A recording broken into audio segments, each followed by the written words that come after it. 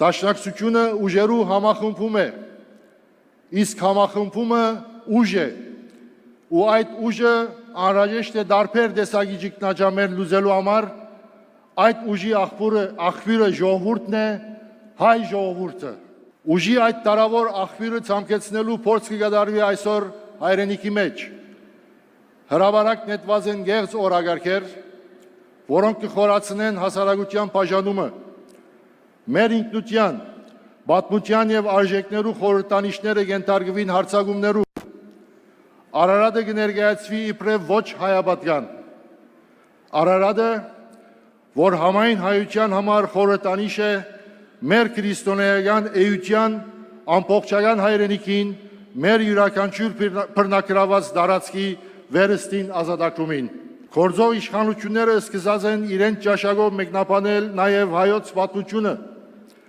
դարձյալ գեղձ հագասություններով հայոց պատմությունը վերածել Հայաստանի պատմության, հագատրել պետությունը ազգ եւ ժողովուրդ հասկացողություններուն, պետական շահերը զադորոշել ազգային շահերեն, ներկայանալ միայն Հայաստանի այսօրվան սահմաններում մեջ ապրող հայության կառավարություն, անչադելով ամեն կապ հայկական գազམ-երբված սպիրկի հետ։ Ու ոչ կսենք այս մոտեցումներուն, վճռական ոչ, որովհետև դաշնակցության գաղափարախոսությունը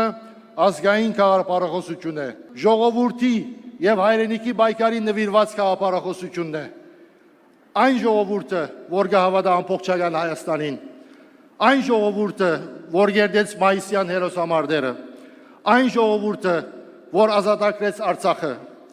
այն ժողովուրդը, որ վերանգախացուց մեր հայրենիքը, այն ժողովուրդը, որ հավատարիմ պիտի մնա անկախության հռչակագիրին, այն ժողովուրդը, որ պիտի հերացնե ապազգային իշխանությունները, ընդդիմադիր ազգային բոլոր ուժերու համախմբումը կրնագասեցնել այս կահավեժ ընթացքը։ Խորհրդարանական ընտրությունները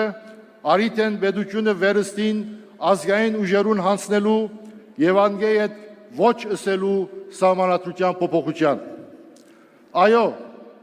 դաշնակցությունը առանցքային թեր վերցուցած է պետականությունը վերստին ազգայնացնելու այս պայքարի մեջ։